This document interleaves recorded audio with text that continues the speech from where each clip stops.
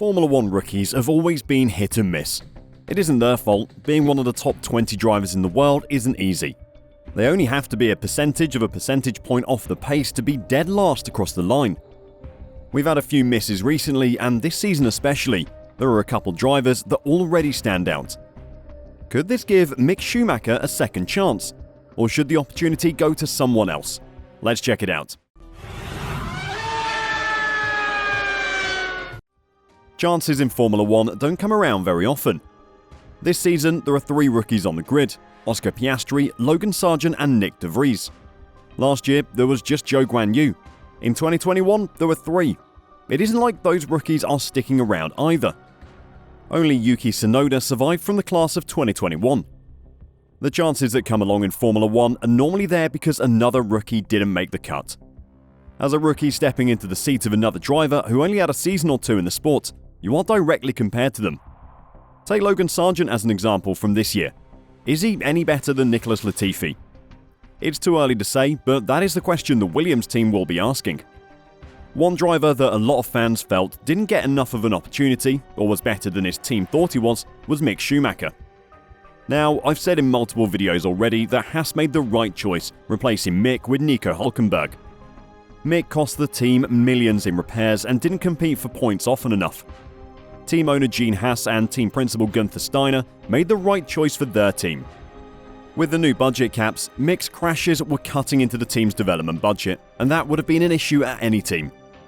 Nonetheless, Toto Wolff thought Mick might be worth having a look at. Mercedes took him on as their reserve driver for the 2023 season. He replaced Nick de Vries as Toto's parrot, standing at his left shoulder in the Mercedes garage.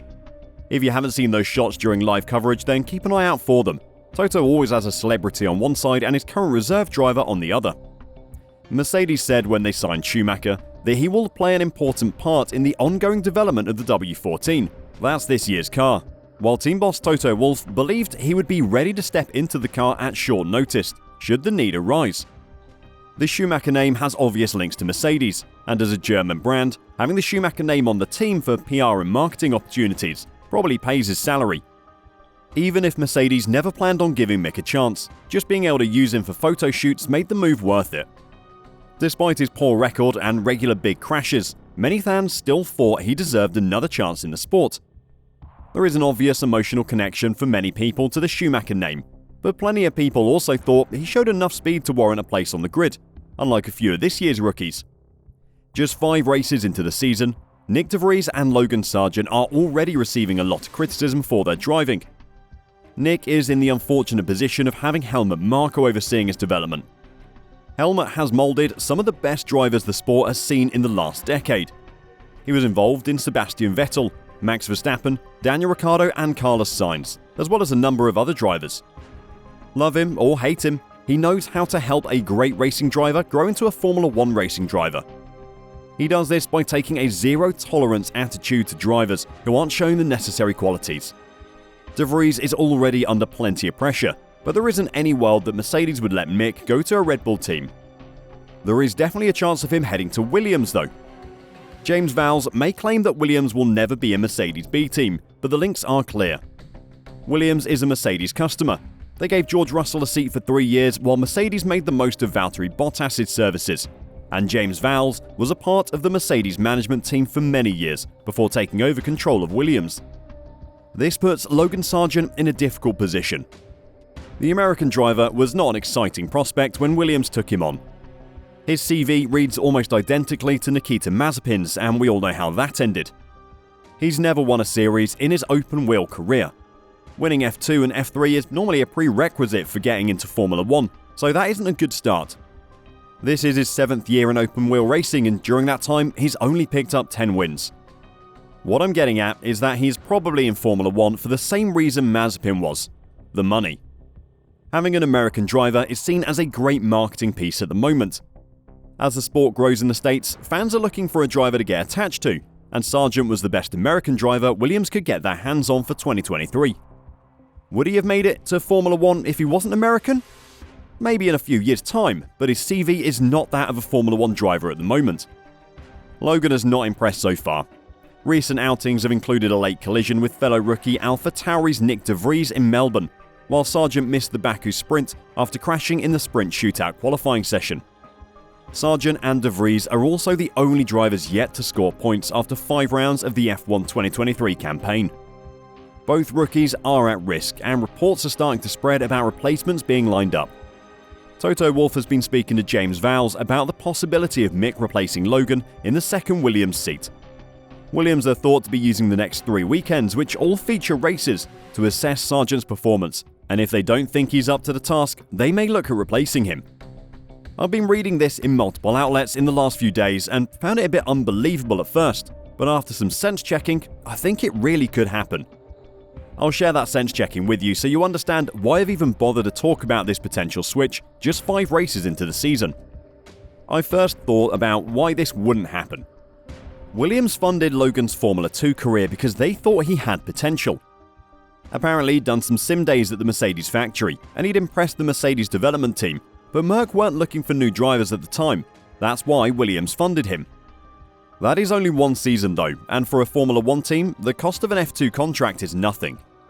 So despite Williams funding this 1 year in F2, that isn't actually much of a financial commitment. So then I thought about his worth as a marketing asset to Williams. Is the American market going to rally around a driver that isn't scoring points, or even looking like scoring points? Probably not. By the looks of a very partisan Miami Grand Prix crowd, they're choosing Sergio Perez as their driver. Logan might turn around his performance and improve. I definitely think he deserves more time to show that he can compete in Formula 1. But in this cutthroat world, where a couple of points could be worth millions of dollars in prize money in the final constructors' standings, can Williams afford to give him time? I don't know the answer, but I do know that the difference between 10th and 9th in the constructors is multiple millions of dollars. Mick coming in and scoring a few points could be vital at the end of the season. But what else does Mick have to offer that Logan doesn't? Well, Mercedes would probably pay a part of his contract. From what Toto is saying in public, he sees Mick as one for the future, maybe even as a replacement for Lewis Hamilton in the near future. If that happens, then Mick needs to get some time in a car, and with the odds of Lewis leaving the sport at the end of this season rising every week, Mick needs that time this season. Mick also has a few extra years of racing under his belt, and won an F2 and F3 championship, so has a far stronger CV. On paper, Mick is the far more attractive option for Williams. Considering how expensive he was for Haas though, is it really a good idea? We can write off the 2021 season for Mick. Haas were racing a year-old car, and as a rookie, he never stood a chance. In 2022 though, he had an okay car. His teammate picked up 25 points to his 12, but the real issue was the massive crashes. In his new book, Haas team principal Gunther Steiner detailed how Schumacher cost the team in excess of $2 million from crashes in Saudi Arabia, Monaco and Japan. Writing about the Monaco crash, Steiner suggested the German seems unable to appreciate the gravity of the situation, and then said he cannot have a driver who I'm not confident can take a car around safely on a slow lap, following the crash in Suzuka at the end of a wet Friday practice session. Toto made the pretty outrageous accusation after signing Mick as a reserve driver, that Haas wouldn't have dared to put pressure on Mick if his father Michael Schumacher had been there to support him.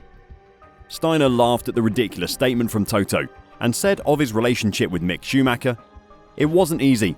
It wasn't easy to manage that one because there was a lot of pressure from outside because of his last name.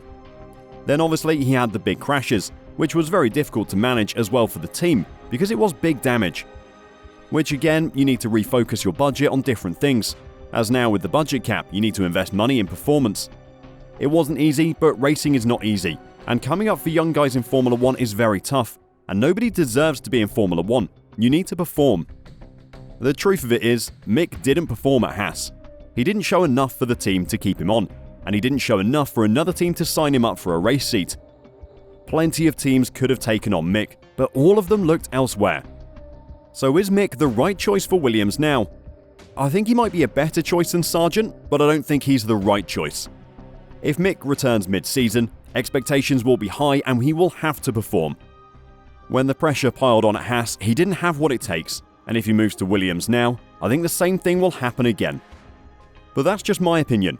What do you think of Mick's chances if he takes over from Logan Sargent? Do you even think it will happen? Let me know your opinions in the comments down below, and until next time, drive safe and bye for now.